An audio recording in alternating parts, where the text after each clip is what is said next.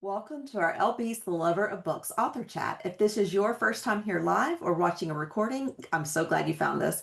I've had the honor to interview over 75 debut to best-selling authors, and readers like you have helped my YouTube channel, LB The Lover of Books, grow and amass over 24,000 hours watched. I so appreciate you taking the time to like and comment as it helps more readers find this content.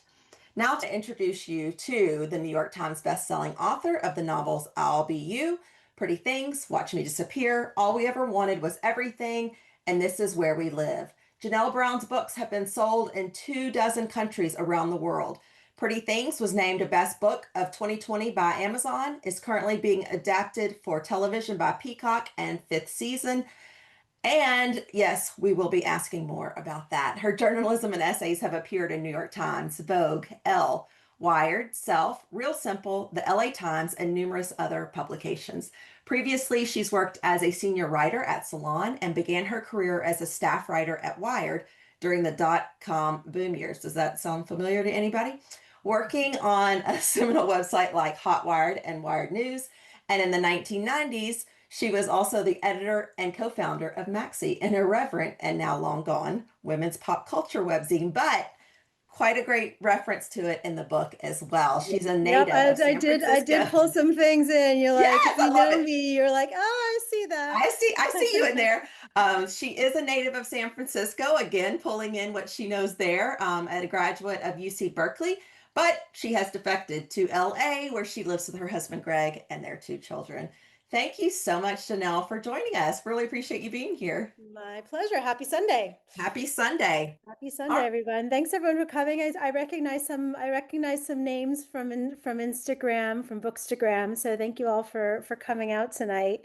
I reckon, yeah. So right. it's always fun when you start to put names and faces with Instagram handles. Everybody's been so excited to hear from you. And I think because this is a very spoiler full chat, everybody. So we've talked about this. We hope everybody's read, but if not, you mute the button because we are going to be talking about it all. So, all right. I'll give you an earplug warning when you need to when I'm about to give something away. All right. Here we go. All right. Esme is addressing someone at the beginning of this novel. She is telling this story, and we're not quite sure. Are you having her talk to the reader? Is she talking to the journalist? We're not quite sure. Why did you decide to have the book flow in this particular way to tell us the information? Oh wow, you're jumping straight in with the like Oh the yeah. the like uh writerly pretensions kind of thing. Well, so here's the kind of true story on that.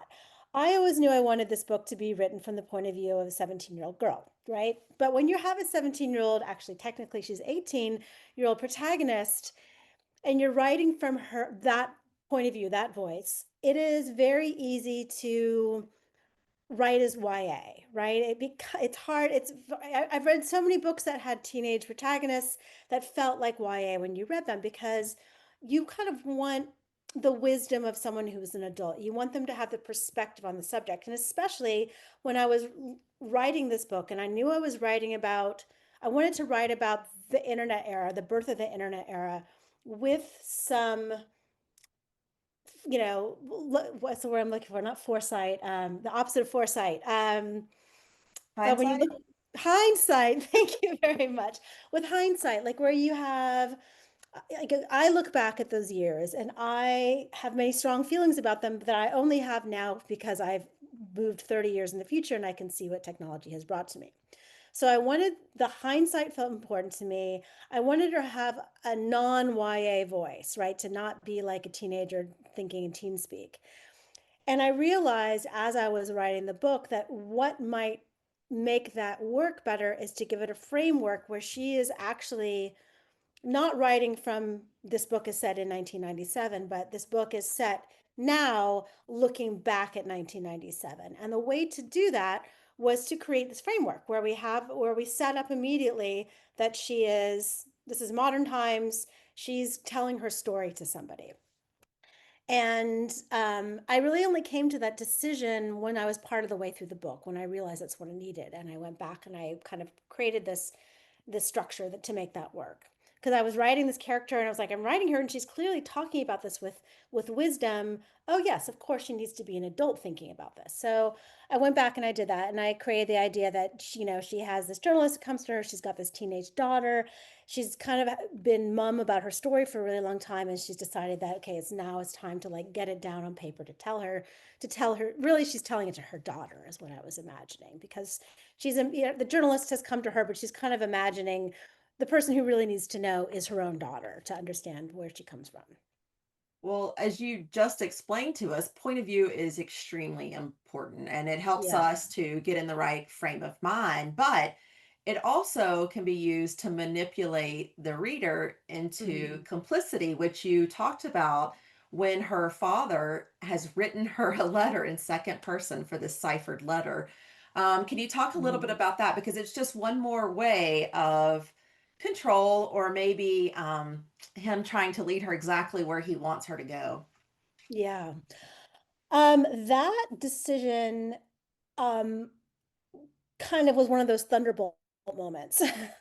I had never planned to write from the father's point of view. That was never my intention. When I started this book, I was like, if you've read any of my books before, I've written every time I seem to have at least two points of view, sometimes three. Um, and this book, I was like, no, I'm finally going to do it. I'm going to write a book from one point of view, the entire book. There's no one else's point of view, and I couldn't do it because what always happens to me is that I get partway through a book and I'm like, God, but I really want to know what this character was thinking. Like, why are they doing this? Like, and I love to just delve into the characters. And with the character of Saul slash Adam, I realized at a certain point that in order to make his behavior more understandable, I needed to get into his head. And so getting into his head meant me spending time inside of thing and thinking about his backstory and realizing, I started to realize that God, I started imagining this backstory for him, and I realized I have this amazing story I want to tell. Like, what's his story, right? And so I was like, well, how do I do that? How do I do that? And one day I just sat down and I like started writing as if I was writing from Paul's point of view. And it literally just sat down and it started coming out in this second person you voice. You grow up in this town, you feel this way. And as I was writing it, it was kind of it started off as an exercise. I was like, oh, I'm just doing this as an exercise. This is kind of interesting. And then as I started doing it, I was like, wow, no, this really makes sense. Of course, this is the way he would write, because he's writing this for his daughter. He's trying to convince her that he's right. And what's one of the best ways to do that is to use the second person voice, where you are making someone else complicit in your behavior, bringing them into what you think, because you say you bring someone in that way. I'm bringing you in right now by talking to you as you. Um, and so you make them complicit, and then they are almost guilty of being there with you, and they have to get into your head and understand your feelings. And so of course that's what he's trying to do with these pages. But there was also what I was trying to do with the readers as a writer, is to get them to understand and to relate to him in a way that maybe made them uncomfortable, because they're like, oh, I'd always thought of him as such a villain, but now that I understand what he's doing, maybe he's not such a villain after all. Or Yeah, maybe I can Jennifer. understand his villainy, right? Yeah, well, Jennifer said the exact same thing in the comments. She said, I loved pulling in his point of view. I appreciated the opposing perception of the situations. And it does make you think quite a bit more. And I think we're more in turmoil like Esme is because she cannot figure it out. But one other Mm-hmm. interesting thing that you did was you parceled it out to her. Because she's Mm-hmm. having to cipher it, she can't get it all at once. And it worked well with the storyline for us to get certain pieces of his backstory as it was folding out in modern day or 1997 San Francisco, which I thought Yeah. was pretty clever. Yeah, that was a whole puzzle piece that I had to figure out. It was like I needed her to get enough of like get it at certain points, and it had to be doled out slowly, which is why it's a cipher. She can't just like sit down and knock out reading it in a half an hour and there she's done. It's a lot of work for her, so it's going to take pieces for her to get it slowly as she deciphers it, and that that, was a whole puzzle I was trying to assemble to make all the pieces. That's the part, honestly, that's I think helped me from having written a book like Pretty Things or another one like I'll Be You, where they're a little more traditional mystery structures, where you're getting clues that have to come at certain times, and you're learning new things that turn the story upside down. So having done that, in previous books, it allowed me to figure out how I could dole out the right information at the right time here, even though it was more of an emotional mystery than a traditional clue-based mystery. It turned the nature of her relationship with him over the course of the second half of the book. Well, a reader who couldn't be here, she was thoughtful and sent in her question ahead of time, and I think it's the perfect time to ask. I'd love to know how much difficulty that you faced when writing the part of the story in the outside world when the character was obviously unfamiliar with so much. It's Mm. so hard to do while also keeping the pacing moving. So, how did you balance that? That was really hard, and I did go back and forth a lot. Look, you can really easily write a book where someone leaves, and someone's raised off the grid and they go into a city, and every page, like, and then I saw this for the first time, and then I tried that for the first time, and like it could get really boring and repetitive really quickly. So in a way, actually having her be telling the book from the perspective of 27 years later gave me a little bit of room to ellipse, to do shortcuts, and to, like, I did a couple places where, obviously there's the ongoing motif of the phone, the telephone booth and the phone book and all that kind of stuff, that I returned to. But then, I did have a couple places where I just did a quick recap of, like, her, a couple paragraphs here where I get into it, and a couple paragraphs there where I talk about, her not knowing what a subway is, subway, but it was a really fine balance, because I did write earlier drafts where I was getting into it too much, where I was just starting to bog the book down, and then I realized, no, I need to dial it back. So.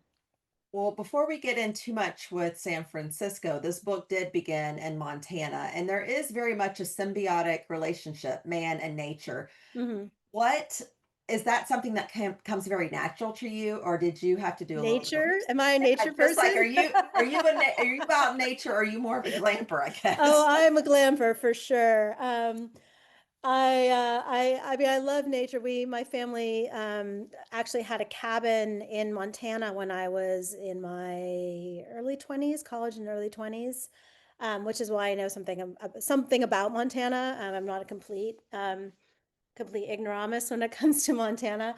And it was outside Bozeman, so I knew Bozeman fairly well. I was able to really write very, very much from memory about my own experiences in Bozeman in the mid 90s. So, but yeah, I mean, nature is something that I love to write about. But and I've done it before. I did it in Watch Me Disappear. There's, it's obviously Pretty Things takes place up in Lake Tahoe, and there's a lot of stuff about the nature up there as well. But yeah, I had to do a lot of research, figure out what foliage was like, and what's wolves' behavior like what's possible. So, and I do love. I do spend time in nature. I'm not a complete nobody, but I'm not much of a. I would never survive a minute out on off the grid. I Off would the I would be grid. like running straight to the hotel, going, "Let's go for a hike tomorrow," and that's plenty for me. Well, when you do write those scenes, do you need to be in nature, or do you just write it from No, LA? no, I write from all. I mean, I go on writing retreats. I do like a writing retreat. And then when I go on a writing retreat, I usually go somewhere. Oh, wow, someone's camping with no cable. Wow. I usually try and go somewhere where there's like a nature element. Like I'll go out to like the wine country, or I'll go up to Mammoth, and like I like to go for hikes and running and stuff while I'm long walks help me think. And so usually when I'm on a writing retreat, I do have nature around, but not an off the grid kind of nature. I'm not in a little remote cabin in the wood with a camp stove. Well, Esme, or we should say Jane at the beginning, is an interesting character because she is so well educated Mhm. in a very structured way, the way her father wanted her to be. but she's really brilliant. And I found myself having to look up some vocabulary words throughout this book. Are those words, and I'm sure you know which ones, like, are all of these words words that you normally use, or did you have to find some words to Yeah. be like, yeah, I'm putting this one in. I've always No. wanted to use this one. Yeah, I'm a word person. I love words. I always have. I've always had a huge vocabulary. I was that kid who like read words and then tried to use them and mispronounced them because I'd never heard them said out loud before, but I'd read them a lot, so I was sure I knew what they sounded like, and I got them all wrong. But I probably still do that sometimes. Like I do the spelling bee every morning, and I always get to queen bee every day. Sometimes a little help, but like I love words and I love any excuse to use words. And I've often in previous books, like used maybe I've had to dial back the words because they don't fit with the character. And this time I was like, this is the character I guess to use all my big words for. And I pulled all the big guns out and I had a blast doing it. That's So awesome. I love it when people are like, I had to use my dictionary a lot. And I'm like, that's not a complaint. That's a Oh, yeah. praise. No, I absolutely loved it, because there were also references to history of certain Mm, stories that points she wants to make. I thought it was fascinating, and I did appreciate it. So thank you for not dialing it back in this book yeah. and giving it to us all the way. Yeah, Okay. I mean, and that actually, but like Lori, you just asked that you brought that quote up. I'm a pessimist because of intelligence, but an optimist because of will. And that actually ties into kind of what we were just saying, because, I wanted to be able to quote philosophy for this book. I wanted to be able to have that be part of the story, have it feel natural. And so I really spent a lot of time, like not just thinking about vocabulary, but thinking about like, what are philosophies? What's the rhetoric that she's listening to? What is she believing in? And how is she quoting it back? Like what are the philosophies that have influenced her? And it was refreshing to be able to pull all that into the book and feel like it felt natural. And obviously a balancing act. I didn't want to be like hitting people over the hammer with Nietzsche, but like but it was pretty fun to be able to quote a little bit and Marxist theory and throw in some quotes that felt appropriate. And I'm glad that people like those quotes. Oh, yeah. I mean, did you already have a background in philosophy, or was this also a deep dive that It you was did? kind of a deep dive for me. I did, and I went to UC Berkeley, and I did take some philosophy classes there, but that was a real long time ago. I can't say I naturally remember much of it. I remember some of it, over generally of it, but like I had to go back and reread Thoreau, and I had to go back and like familiarize myself with like, you know, what all the writers, the 19th century French writers were writing about, and look up old quotes and things like that. So I did give myself a little education. Well, I loved that you had to decide what books to actually put in the cabin. Like, what is she studying? Mm, What would what would be the goal for him? And, how did she get her hands on books? Obviously, the bookstore, but you got to decide exactly what came into yeah. her limited world. Was that a hard decision narrowing Uh, it down? it was hard. Yes and no. I mean, it was nice because I had a lot of freedom. I will tell you that one of the reference points that I used was Ted Kaczynski's bookshelf. I looked. There are all kinds. Obviously, he was an influence. I wasn't say he was only the only influence for the character of Saul, but I thought about him a lot, and his manifesto and his, obviously he lived off the grid in Montana. Um, and I had pictures of the interior of his cabin when they found it, and the pictures were fascinating, and I relied on them. Like, what books did he have? Like, there was all kinds of stuff in there, like history and very basic things like how to wire a lamp. I don't know. Like, there was all kinds of stuff, and then lots of philosophy. He had a lot of philosophy. Do you also have a hard time choosing names, or does it come very naturally? Because, Mm, sometimes I'll hear somebody say, I wasn't getting the character until their name was, blank. whatever. Yeah, yeah, Because and she gets to switch, they switch names. So you're doing it even more. So how did you yeah. handle those I decisions? mean, so I knew that her name in the beginning had to be a generic name. I mean, they're hiding, they're off the grid. He's dad's gonna pick her the most generic name he can think of, and yeah, he picks Jane. So that was kind of an easy one off the bat. And then it took me a while to figure out what her real name was going to be, and I was kind of waiting for a name to hit me. And there is a girl that my son, who's 13, in his general social circle, and her name, one day I heard him say her name, Esme. I was like, oh, that's a really interesting name. And I looked it up and I was like, oh, God, that makes sense. Like I could see that's the kind of name that he would have picked for her. So, and then I liked the idea of Adam being almost like he had this name that was a little more complicated, Saul, not like Saul's that obscure, but like it felt like it had that kind of like surly quality to it, Saul.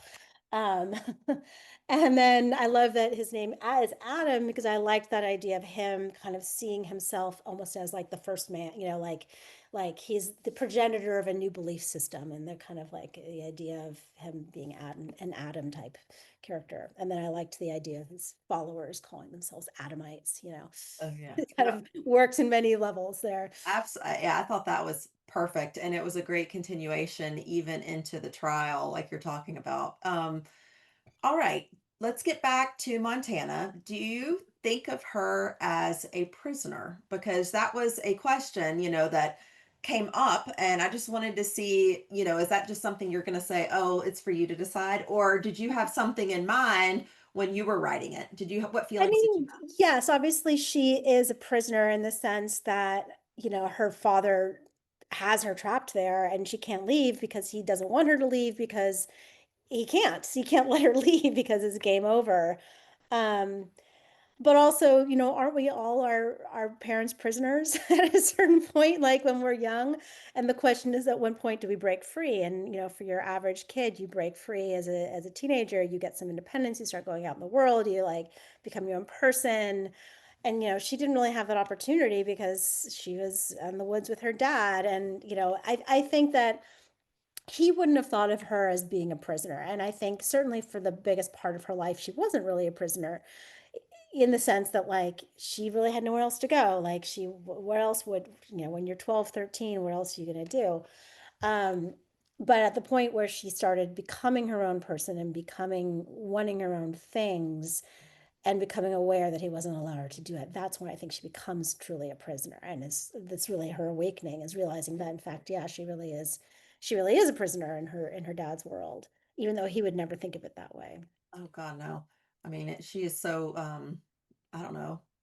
Like it's just such a reward, like such a. Yeah, well, and then Lori's right. She didn't know what she was missing, and so she didn't feel like a prisoner. And it's only when she kind of started gleaning the outside world, first through the television and then getting the internet, realizing, oh my God, there is this stuff out there. When she's seeing her friend and her friend is going to high school now, and she's like the only one who's not. Like that's once she starts being aware that it's like, I think I described it as a party you didn't get invited to, but we wouldn't have missed it until you found out that it happened. Um, and suddenly she found out that the party happened and she hadn't been invited, and that's when it all starts to fall apart. Well, you did set up some pretty good dark foreshadowing for her 17th birthday. I mean, not only does she have to admit she's not going to be applying to college, Yeah. that she's probably not going to be leaving her father's cabin, that, power lines are going down, the wolf is being shot, and then, Mhm. of course, her dad chooses that day to make her do her drill. And I thought, come on, like you're really Harsh. setting it up for her. Like, thanks, Janelle. Sorry. I like to put my characters through the ringer. Nothing's ever It, easy. it definitely was. But I will say, that scene though, when they're going through that tunnel, my brain automatically, I don't know if you've seen that Oscar Buzz movie, One Battle After Another. I just saw it 2 weeks ago and I turned to my husband at that scene. I'm like, wait, wait, wait, did they read my That's book? what I'm like. Wait a minute. This is like, I this is know. Janelle's book. Like, I I was know. picturing that scene and I thought, okay, this needs to be made into a movie for I sure. know.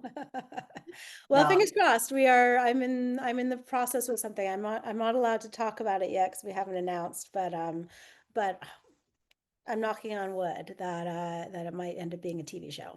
Okay. And where will we find that out when it is announced so we can keep I an will eye announce it on Instagram. on I'll Instagram? yeah. All But right. it's a project with a lot of different moving parts, and some of the parts don't want to go public yet, so I'm Okay. allowed to go public. So So that means everybody follow Janelle Brown on yep, follow Instagram if you me. want I the I latest announce news. things when they happen. Okay, so then we head over into San Francisco, which you said it was hard not getting bogged down, but it was also a very interesting time in the 90s. And it sounds like you were right I was there. there, yeah, I was Like in it. how what I mean, my memory right now is like, what? But were you able to pull from your own, or did you have your own diary, or was it just like it was just there like you were there yesterday? Sadly, I did not keep a diary in my in San Francisco. I wish I had. I think I was having too much fun to actually ever spend any time writing for Plus, myself. that's evidence. I had very vivid memories of that time. And I'm still in touch with a lot of people that I knew back then, and I picked their brain a little bit about some details. But yeah, most of that was just straight up from memory. And I did have to like you know, have to go into like old San Francisco Chronicle archives and Wired Magazine archives and look stuff up sometimes and find old photos, looking for old archival photos online of which there weren't very many because people didn't have digital cameras back then and no one's really digitized their photos. So like there was a remarkable lack of good photos of San Francisco in the 90s. But I had my own and I remembered a lot of stuff. So I used my own memories quite a bit. That would be an awesome project for a library or, in that region to start Mhm. saying, hey, let's see if we can't get an initiative to fill in that gap because it is such Yeah, a booming time. And I know. I mean, when you hear of that, mid 90s, you think, .com, you're thinking that region. So it's like, where are Yeah. those photos? Well, Okay. yeah. You Some said, some looks like some of you were there. Maria, you were there too. So yeah, you know what I was talking about. she Yeah. said, yes, Bay Yeah. Area girl. There we Uh, go. Okay, you mentioned that it was slightly based off of Ted Kaczynski, but was Mhm. Signal also based off a real company, and as well as Adams? I can't remember the Peninsula Yeah, PRI. PRI. Peninsula Yes, Research Institute. Yeah, they're thank both you. very, they're both, loosely based on real things. So PRI, Peninsula Research Institute is is very, if you know anything about this SRI, it's Stanford Research Institute, which I grew up just down the street from. And it's like this, research institute, think tank kind of place that was kind of where so much of the technology that came out of Silicon Valley started there.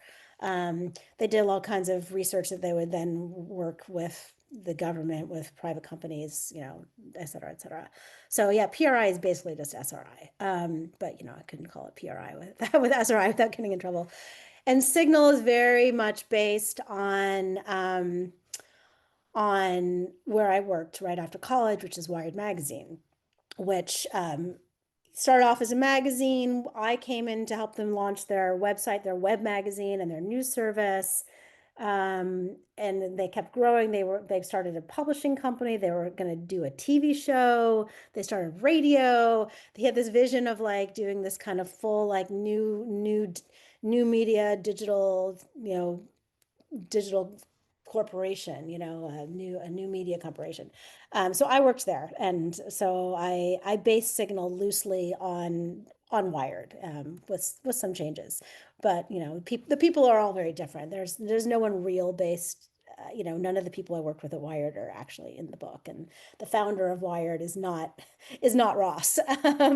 But I took stories and I took memories, and there's some reference pictures that I used, and if you worked at Wired with me, you recognized it. I also worked at Salon. I took some details from Salon too. But it Has was anybody honest. reached out, like and said, like, hey, like this, I remember those days or anything like that? Yeah, I've had definitely people who I worked with who were like, yeah, I remember all that. Oh yeah, that rings true. I haven't gotten any hate mail yet, so that's good. Excellent, But excellent. but also anyone who worked at those places, any.com in San Francisco in the 90s. And we weren't the only online publication. There was like, CNET and Industry Standard and all kinds of companies that were doing similar things that honestly Signal could be based off them too. So it wasn't like it was so wildly unique that could only be Wired. I think another fascinating aspect is being able to bring in the theory that she's been studying into this now information world Right. and the conversation that these kids are having. And I say kids because I mean they are fairly They're kids. Oh, young. we were children. We were like all 22, 25 years old. It was crazy. There was 19-year-olds working with us. Like we were babies. Well, it's this idealistic view, this utopianism. Techno-utopianism. Yeah. Yeah, talk a little bit about that because I found that fascinating and it was so believable to them that this is the way it was going to be. Yeah. Well, I mean, that's the way we all talked and we all thought. And honestly, there's still a lot of people in Silicon Valley who do talk and think like that. Techno-utopianism is still kind of alive and thriving and almost like, kind of the naive uh pro business kind of mentality now. But we kind of back then believed that the world was going through a radical revolution. And look, it was. We were not wrong about that. But Mhm. all we could see is the positive change that was coming, that we believed was coming. And, there was the cover of Wired magazine in like 1997, which I kind of refer to in the book. Where it was called The Long Boom, and it was basically predicting like this kind of amazing rosy future that was coming our way, and like predicted how amazing everything was going to be. And you look at it now and it's like the exact opposite. It was like everyone's going to get along and we're all going to be rich, and we're like, no, actually the opposite happened. Everyone's fighting more than ever, and we have massive income inequality. And it's all kind of stems from the information age and technology and like what it's done to us and how it's driven us apart. Look, my book, as you know, if you've read it, is very ambivalent about technology. It's brought us great things. I absolutely cannot live without my internet and I write my books by researching, and it's incredible that I could look up the history and the name of a bar that I went to 40 years ago, and be able to find that on the internet. That's incredible. I love being able to connect with all of my readers on Instagram, and things like this are amazing. So yeah, I love technology. Do I think it's horrible at the same time? Yes. Like I have kids who are addicted to social media. I watch, what it's done to civil discourse and the current state of politics, and yeah, I have deep reservations. So um I don't know where I'm going with this, but yeah, this book was about me kind of being thinking about those two things and having these feelings in opposition to each other, and feeling like, well, this is the book that really just kind of explores these two points of view. And on one side you have Saul representing kind of the real kind of Luddite personality that thinks it's awful, and then obviously you have Mom, who's kind of represents the other direction, and these kind of kids who work at Signal.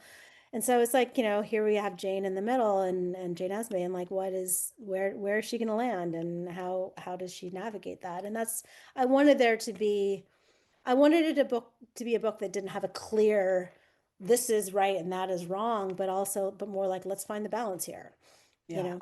I loved those conversations to hear them spoken out loud because it puts it in perspective. But then you also have Jane or Esme narrating it a little bit from the future. So I think what it did for me is it made a direct parallel to what we're discussing with AI right now. Yeah, I mean, exactly. it's because I mean, when I was going to ask, let's see, what was it? Something like, oh, I forget what it was, but it was something like, oh, here it is. What are your thoughts on how we're ignoring the shift from human existence as we know it, ushering in our own obsolescence? Which I Yeah. just was like, yeah, like that. That was Yes. in the book, and I thought this could be a question right now.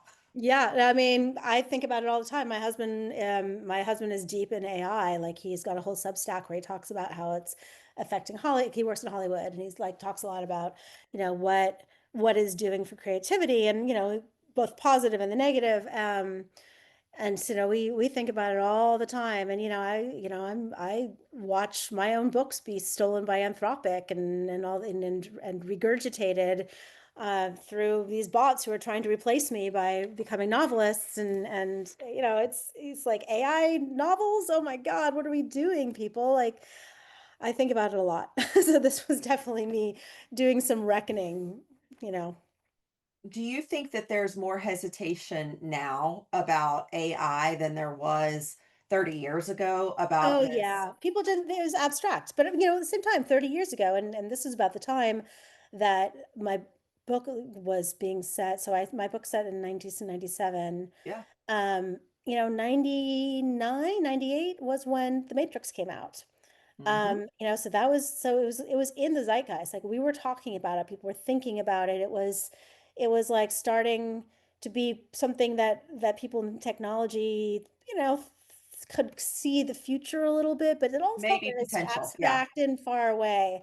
And I think in the last two years, really, I feel like it landed with a hammer, and suddenly everybody is seeing it. And suddenly the future that seems so abstract and far away with the Matrix is now like in your lap, and your job is being, college graduates can't find jobs, after going to getting their fancy degree because their entry level jobs have been taken by AI, and that's starting to become a reality that's sinking in hard, I think. And so yeah, this book, I'm like, yeah, this is the time to write that book.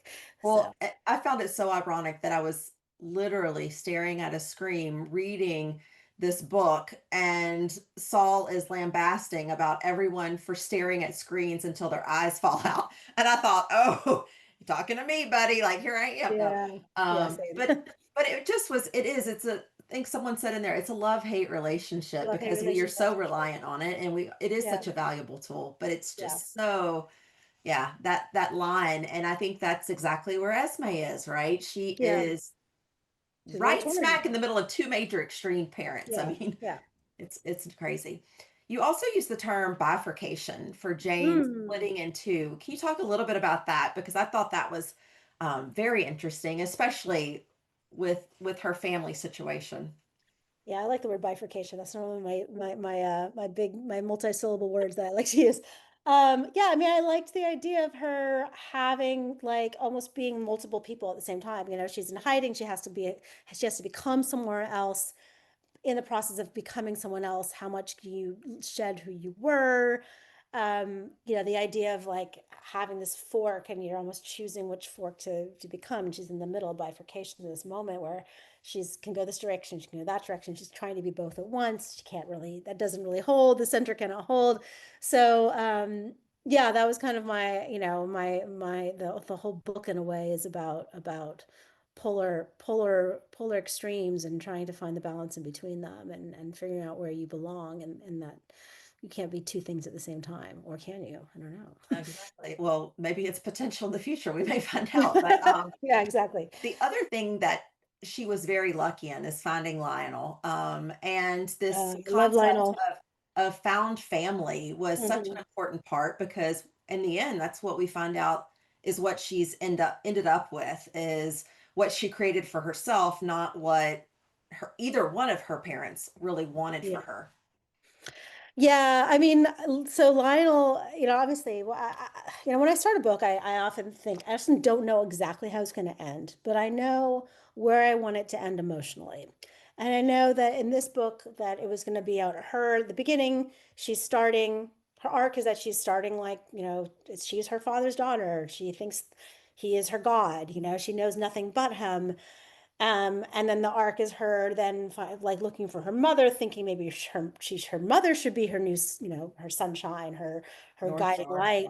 Just realizing that no, that's not right either. And so the arc needs to be her basically becoming her own person in the end, not being solely identified with either of them, but kind of finding her own family, creating her own world. And for me, Lionel kind of was that character. And, I've had people be like, why didn't they end up together? And I didn't want to do that because it didn't feel realistic to me. I mean, look, the first person she ever has any communication with, she's not going to go out into the world and immediately like meet this boy, fall in love, and that's the end, happy ending. Right. Much more plausible that she meets him, they have this emotional, intense relationship, and then she goes hard into like, here's life, like look at all these things I can go and do now, and she comes back to him because he means something to her emotionally and becomes almost like more like family than than a, lover, husband, friend, a lover, husband type character. So, so that's what I wanted him to do for her. And I wanted to have them have that relationship at the end that meant almost more meaningful in a way than, them getting married, I appreciated that. I did not roll my eyes at this, because it was I definitely know. plausible. And it for me, it's just, I'm not a romance author. I roll my eyes way too much at that kind of stuff. but I'm like, come on, people. But I am a sucker for found family, and I will say Yeah, that you did create a very emotional attachment between the two, and so it definitely was believable that that would maintain throughout yeah. her life, and I thought that was really a cool connection. Thank you. But yeah, it was interesting for them. I really for both of them really. I feel like she was probably his first as well, I Yeah, believe. Yeah. I know So those boys, they're like all these kids were like computer geeks who were kind of weirdos and they didn't really have social lives until they kind of found each other. And so that's what I was imagining. So where would you put this book, or how do you classify this book, and where would you put it on the on the shelf? bookshelf. Oh God. Well, personally, I put it in literary fiction. Goodreads called it historical fiction. I've had readers who called it a thriller. I tend to think like most of my books are what I kind of qualify as like literary suspense. So they're Mhm. books that are like book club fiction. They're like meaty, there's ideas, there's things to talk about it. I like to like write elevated prose and like very character-based stories, but they have like the momentum and the plot kind of the plot momentum of a genre book. So, I find that most of my books are a little hard to quantify, and people often put them on the wrong shelf, like, and no one knows quite what to call them, which maybe is the bane of my marketing team's existence. They can't just neatly put me in a box, but They just I, need to make literary suspense a spot on the shelf, because you I'm know, gonna say this needs to keep happening. Like, I really loved the speed, mhm, that movement, that suspense that you do bring. But I also love literary fiction, right? And so you yeah, bring on these major social issues, whether it be technology or environment or consumptionism. I don't even know if that's a word, but mhm, like all of these things that are so important in our lives that we do think about, but you're putting it in with characters that we care about. So yeah. it's I hope you keep doing that no matter Yeah, I if think I can they avoid it. It's like what I like to read, and I'm always looking for those books, and they're hard to find. They're not always, the easy. Like I pick up so many books that I think are going to be like, hey, this sounds like a really interesting, smart suspense book, and like 20 pages in, I'm like, what is this writing? You know what I mean? Like, come on, people. Um, or pick up a literary fiction book and I'm like, yes, each individual page is beautifully written, but like I am just falling asleep trying to read it. So, I like the Holy Grail is getting both and it's not always easy to find that. Yeah, Jennifer says she likes that term, smart Smart suspense. suspense or Yeah. literary psychological thriller. I like that. I'll take that. Yeah. I have some rapid fire questions for you, Janelle. Are you Okay, ready? rapid fire. Let's do it. Rapid fire. What was your favorite word to use in this book? Oh God. Way to put me on the spot. What is I no, I can't remember any words right Okay. now. Of Well, course, like the minute you ask me that, I can. how about this? When you do think of it, send it to me and I'll send it in the chat to everybody. Okay. All Okay. right. Do you have a favorite 90s reference in this book? I loved writing the rave scene. Uh-huh. That was like I did a lot of raves and I was a kind of a raver girl back in the 90s and I had so much fun writing that scene. So that's less of a 90s reference than a general 90s But that social beach, world thing. But yeah, I loved and writing it's that very scene. Cali too, because it's set on a beach. Yeah, So sit on the yeah. beach. Yeah. All right. Somebody gave this quote already, but are you a pessimist or an optimist? I think I'm an optimist. I think that you have to have hope to live in this world, and so I refuse to give up on hope. Thoreau or Nietzsche? The row. What's your first biographical memory? Ooh, I remember smoking candy cigarettes in kindergarten, nursery school, preschool. It was preschool. Like sitting with What's my a friend precursor in the to the garden, we rave? smoked candy cigarettes and like Yeah. must have been like it was nursery school, so I was like Ford, probably. Oh, that was totally a thing. 70s were a different time. Yeah, and they were getting us ready for raves. Like, what can we say? All right, what's the worst of the evils? You mentioned boredom, vice, or poverty. Mm, probably Vice. What is your favorite form of the, and I cannot, is it cathode? Cathode? See, Cathode? cathode, yeah, cathode. Basically, what's your favorite Wasteland TV show? Oh, I mean, a Wasteland TV show. I love cooking shows. I don't know if that's Wasteland though. I kind of have, I don't watch a lot of like reality TV anymore. So I used to, but not really in a while. But I do love a cooking show. So Thanks. Underdog or Outcast? Underdog. And what this is, oh, I have some more. What is your human interest weirdness? Sorry? So you mentioned this in the book, like these people, they have these human interest weirdness characteristics. I was just Oh, wondering. yeah. No, I see what you're saying. Yeah. Uh, um, I don't know. That's a good question. I'll have to go back to that one. Sorry. All right. And then I don't know that we actually covered this, but are you a plotter or a pantser? I'm a pantser. All right, team, it is your chance to ask questions for Janelle. So if you do have one, go ahead and raise your hand and I will put you off mute so that you can ask her. And if not, I'm going to go back also through the chat box. And I have plenty of questions too. So, can we talk about the movie news from the previous? Because I said we were going to cover that. Like, there was Oh, Pretty another. Things. Yeah. Yeah. Pretty What's Things. It's funny. I need to update my bio because it's not at Peacock anymore. We were in development at Peacock and they decided not to go forward on the pilot. So I'm back to my same producers, fifth season, and we're trying to find a new home for it right now. okay? So still in process, but it's Hollywood and things take years. It's so slow. Oh, yeah, definitely. All right, Allison, go ahead and ask your question. We didn't. First of all, I love the book. Loved everything about it. So Thank thank you. you. Thank you. Thank you. And thank you, Laura Beth, for getting this together. But we didn't talk much about her mother, and Hmm. I really was struck when her mother came in at just how sort of awful she was to her daughter. Um, can you just talk a little bit about your thinking there? And Yeah. Look, I initially had thought, oh yeah, when she gets to San Francisco, she's gonna find her mom and her mom's gonna be lovely and happy endings. And then as I was working, this is at the very beginning of the book.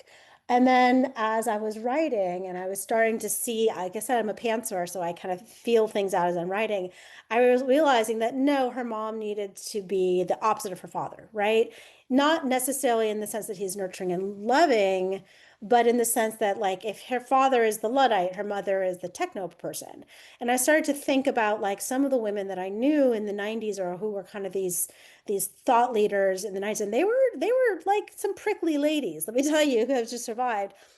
And I also realized that it doesn't make sense for her to like I said, the story arc I wanted her to go through is her kind of becoming her own person, right? And her just going from the arms of one parent to the arms of another parent also didn't feel like the emotional arc that I wanted for her. And so I started writing this character and I realized no, it's more interesting if she gets to find her mom and her mom is not, baking cookies and like, ready to like welcome her back with open arms. And also, mom's thought she's dead for 20 years, like, or 18 years. She 14 years, sorry. She's like had no reason to miss her daughter and believe that her daughter's coming back. So I could see her mom, maybe this character who's maybe a little bit more socially awkward, not a naturally warm person, like having this stranger come up to her and be like, I'm your daughter, and her being like, my daughter's dead. Like, who are you? You know what I mean? I could see that I could conceive that of her. But yeah, she was harsh. Like I had to fine tune her. I made her even harsher for a while, and then I was like, no, that's too much. So I wanted her to be, I also wanted her to make sense for the part of the reason why Saul left, you know? Yeah. Great question, Allison. All right. Anybody else? And I do want to follow up with that because she did have someone go out and mathematically prove Yeah, that the exactly. part, and so like Yeah, it's it was almost like impossible for her to be alive. Yeah. right, it's impossible. So then for her, it's like, And then she could be like, okay, moving on. And then she's right. that type of person who just like is done and she walks away. And I know people like that who are like, they walk away and they never look back. Emotionally, they put things in a box and stick it and bury it in the ground and they're done. But I do find there is that period for her that is so unknown to us when she goes away and emotionally probably shuts down. Yeah, I imagined her of kind of like having a breakdown in the Right. beginning, realizing that she doesn't, that's not the person she is or wants to be, and saying, okay, I'm done. I'm not going to do it anymore. Yeah. So Yeah. It was Alicia says she doesn't have a specific question, but she does want to say that this is one of her all-time favorite books and she recommends it to everyone. So thank you so much for joining for this author chat. thank you, Alicia. That means a lot to me. Word of mouth has been really, really important on this book. So people actually going and promoting it on social media and telling their friends and getting their book clubs to do it, it has been like, I've really seen the difference. And I really, really appreciate everyone who's been doing that and spreading the word. Thank you so much. Well, there is so much to talk about in this book, and I feel like it is perfect for book clubs. So I hope that Yeah, the I've been word, hearing that a lot. I've been hearing a lot of book club people picking it. yeah, it's So, fantastic. All right, Jennifer asks, what are you reading now? And no, okay. yep, start with that one. I just finished a book about Auschwitz. Nice little light reading. And before that, I read a book by my friend Jade Chang, What a Time to Be Alive, which is a great book that's like set a woman just is mourning her friend and she becomes a fake kind of influencer, like wellness influencer as a result. It's kind of a wild book. And I'm about to pick up a book that hasn't come out yet, but my friend Asia Gable wrote. And I'm blanking on the name of it because I haven't started it yet, but here, I'll look it up. It's the next on my book stand, so I should let you know. Asia Definitely. Gable's book is called, oh my gosh, my internet's slow. Um, Light Breakers. That's her new book. It's kind of about. It's kind of like a slightly sci-fi-ish family story. So Yeah. the classic black eye friends. Yes, these I'm are my seeing Amazon. everybody. These are my Amazon readers. They're like $19. I have like 5 pairs of them because I lose them so much. Well, I want to follow up with that question. Is there a book that you would recommend to us to read? Yeah, you asked me that before I started and I turned to my bookshelf and I grabbed 3 books that I have like recommended so many times this year. Because these are the 3 of my favorite books from that I think I read, I'm gonna say last year. So this book, The Safe Keep by Yael van der Wooden, so good. Oh my God. It just went places I had not expected. Loved it so much. It's historical fiction. But it's so much more than that. And it's like post World War II and it takes place in the Netherlands, and it's like a Jewish family. It's related to World War II, and I don't want to give too much away, but there's a lot going on here. It's really good. Okay. Looks like a Booker Prize. Is it long Yeah, listed? I got it nominated for the Booker Yep. Prize, long listed. I don't know, some of you probably know this book, The Bee Sting by Paul Murray. It's a fat book. I point of view of 4 members of a family in Ireland. Um, I love a dysfunctional family car crash book, like Jonathan Franzen-esque, where you see go from point of view of all the characters in a family and watch their whole lives just kind of disintegrate because of bad choices. That's this kind of this book, and it's heartbreaking. Oh my God, I cried so hard. Love that book. And then for something completely different, Margot's Got Money Troubles. I love this book so much. My friend Rufi wrote it, and it's a crowd pleaser. Everyone I know who reads this book loves it. They're making it. It's actually going to be a show on Apple TV next year. But it's like wild. It's about a girl who like has baby, like teenage mom who gets knocked up by her professor. She starts an OnlyFans in order to pay the bills. And her dad is like, there's wrestling in it. Like her dad's a wrestler. It's wild. There's so much going on, but it's like such a book that's so full of heart and it's funny and it's like tender and it's like a page turner. I loved it. So I yeah. will Oh, The Safe definitely. Keep. The first book was so Safe Keep. Yep. And I will definitely also back you on Margot because we did talk to Rufy Oh, you talked for to an Ruthie? author chat. She's the best. I love her so much. Is so she's just And this book is delightful. her, and this is her in a Oh my, nutshell. Like she's exactly who you, like you read this book and you feel like you're tapped into her. So oh, she's a and lovely person. it was just like a breath of fresh air. There were so many new, I don't know, just it was fantastic read. So if you haven't, y'all read it and then go back and watch the recorded author chat because she is delightful. And we actually had to move her author chat because she got the chance to go ringside at a wrestling match. And I'm like, you cannot miss this. Go. And so That's very Ruthie, yeah. yeah, neat little pack there. All right. So Lori just put up another question. Struggling with how to reconcile your love of your dad with the horrific things he was He is responsible responsible for. for. Yeah, I mean that's the whole book in a nutshell. It's like how do you love someone who does bad things? And you know, when you've spent your entire life believing in someone so much and they can do no wrong, and then you start realizing that they've done bad things and they're not necessarily the person that you thought they were, and how do you reconcile those two feelings? And it's really complicated. Like people who are have family members who do bad things, who murder, who are criminals, who become drug addicts.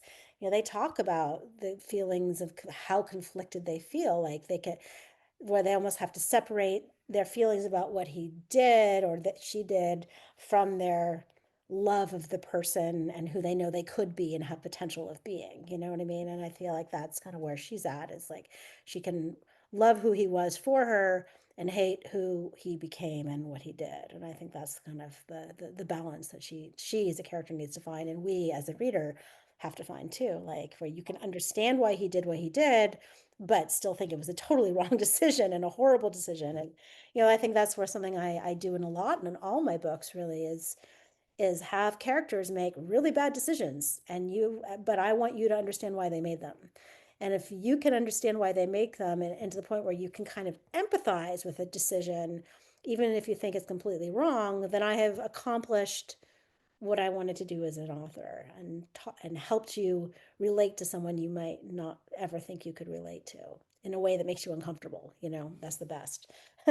Well, People like when, yeah, this emotional talk even came up with Jane early on in the book, in that we aren't any one emotion at any time, and you could be positive and negative feeling at the mhm, exact same time. Like she says, bucolic and happy, or bizarre and lonely. Like it's yeah, all running together. all at And the so same time. Yeah, at the it's all, exact same time. So you cannot, it was something with my kids, that you constantly, or I did as a parent, like, you if otherwise you're in this pendulum of just forever, yeah, extreme. the pendulum swings both ways. It's true. Absolutely. All right, Maria, go ahead and ask your question. Hi there. Bay Area girl. Went I'm to Mary Cal. girl. Yeah, I went to Cal for a couple of years as Uh-huh. well. Didn't graduate from there, but this book brought back all the '90s nostalgia of being in the city during that time. Um, but my question was, what was I was devastated when Desi took her bag on the bus, but Mhm. I was also kind of surprised that she was able to track her down. What was your rationale for getting that back for her? Um, well, I needed her. There was two reasons there were many reasons I kind of how that worked for the book. Um, I needed her to not have access to her dad's memoir for a while. I needed her to not have it for the beginning of her time in San Francisco. And so I needed to find a way for her to have the memoir, her to lose the memoir, and then her to get the memoir back, right? Um, I also wanted her to have a moment of just complete naivete at the beginning, where she does something that any person who had been raised in society would know not to do, right? You don't leave your bag unattended on a bus. So and you don't take a pill from a stranger, and all these things that she just had no awareness of. So I really wanted her to just immediately go down the rabbit hole as soon as she goes off on a route, and just make a colossal mistake. Um, and then I also wanted her to part of her journey of then finding Desi and getting her money even, or getting her stuff back, was her kind of coming into becoming her own person. And it's kind of tracked with her figuring things out and getting smart and being like, okay, juice bar, I'm going to go look at all the juice bars. How many juice bars are there? You know, her like starting to put things together. So, you know, and also it helped kind of like create part of it just was a storyline that was fun to track. So Thank you so much for that, Maria. I am going to say that this was a fantastic, fantastic night of discussion. Readers out there, thank you so much for your wonderful, insightful questions. Janelle, thank you so much for birthing us a stranger with all the different versions and the confusing contradictions that she entailed, for bringing us back to those AOL CDs in the mail that we can keep becoming, all and those payphones. coasters. Exactly. As well as giving us the reminder that we can't smile away pain.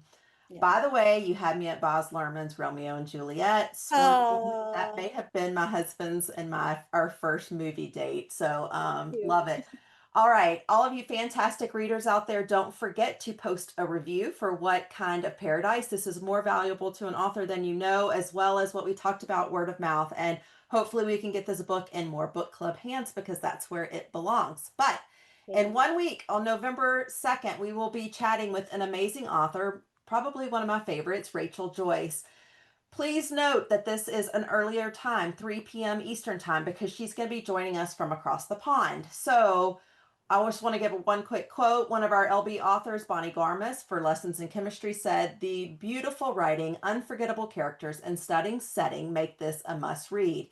This is, picture a heat wave across Europe, four siblings having gathered at their family's lake house to seek answers about their father, a famous artist who recently married a much younger woman, and decamped to Italy to finish his long awaited masterpiece. Now he's dead, and there's no sign of his final painting. You can imagine the family turmoil. So get ready. It's a great read. And all of you out there watching this recording, go ahead and hit subscribe so that you'll know when the next recorded author chat uploads and you won't miss it. Feel free to leave a comment, y'all, with your thoughts. And as always, let me know what authors you have in mind that you think would make for a great chat with all of us. If you ever want to join live, find me on Instagram, LB the Lover of Books, or my Facebook group, same name. And I will see everybody in 1 week. Have a great rest of your night. Janelle, you were fantastic. And we Thank can't you wait so much. for your next smart suspense. Thank you so much. All All right, good right, night, everybody. Have everybody. a great night. Good night.